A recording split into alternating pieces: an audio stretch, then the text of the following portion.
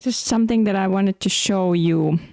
I will put link about this video below this live. One of the historical examples Catherine and I ran into, and this became a huge epiphany for me, is Charles Richet, who was a French researcher in that time. So he worked in early 1900s. In 1913, he was given Nobel Prize for this work. And he is credited with the work on anaphylaxis, although he wasn't the only one, but so he received the Nobel Prize.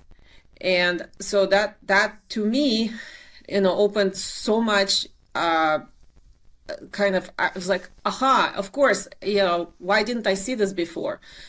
But basically, when you look at this work and then when you look what preceded and what went after, you kind of understand a few things. First of all, everybody who is, let's say, closely familiar with this history and work cannot think that it's possible to vaccinate. It's impossible to vaccinate for anything.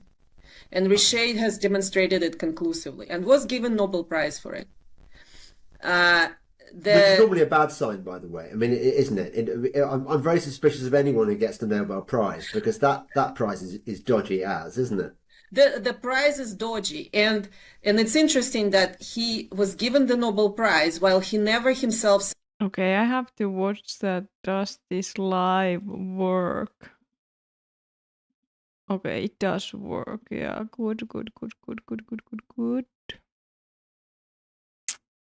Yeah. Said it's impossible to vaccinate, but when you read his work, it's impossible to vaccinate. But I think they gave him the prize because he figured out how to poison everyone by sensitizing them to the most commonly occurring things in their environment. It's the most ingenious way of poisoning.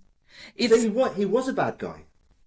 Yes, he was. He was a committed eugenicist, and which at that time, everyone should realize eugenicism was a fashionable society attitude. Huge. Right? So, all the well-to-do classes were subscribing to it. The good breeding was always, promoted. And at the time, the sentiment was, well, how can we help the poor classes being less dirty and less numerous? Okay? And so... Yeah, make them less numerous, aka kill them. Because the sight of them is so offensive to us when we ride our horses through the park, and and then there's like them, So what can we do? Yeah. What can we do about it? And what can we do about it became into, let's figure out how to control their overbreeding, because they tend to reproduce too much and they tend to live in crowded conditions. And they tend to have poor hygiene and no sanitation. So instead of working on those issues, they all decided, let's vaccinate them. And actually, the same thing continues with Bill Gates in Africa and India for the same reason, right? Yeah.